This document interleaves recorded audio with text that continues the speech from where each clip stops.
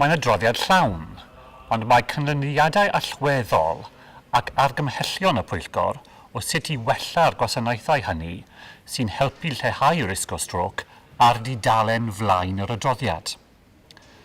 Fel Pwyllgor, da ni wedi derbyn tystiolaeth sy'n profi bod mwy o bethau yn gallu cael ei wneud a bod rheini'n bethau syml iawn.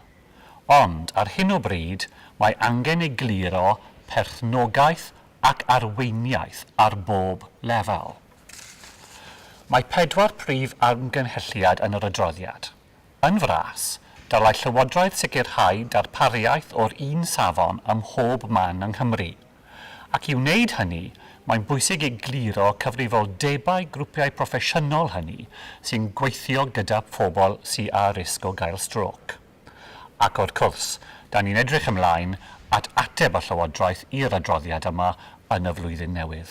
Cynulliad Cenedlaethol Cymru yw'r corff sy'n cael ei ethol yn ddemocrataidd i gynrychioli buddiannau Cymru a'i phobl, i ddeddfu ar gyfer Cymru ac i ddwyn Llywodraeth Cymru i gyfrif.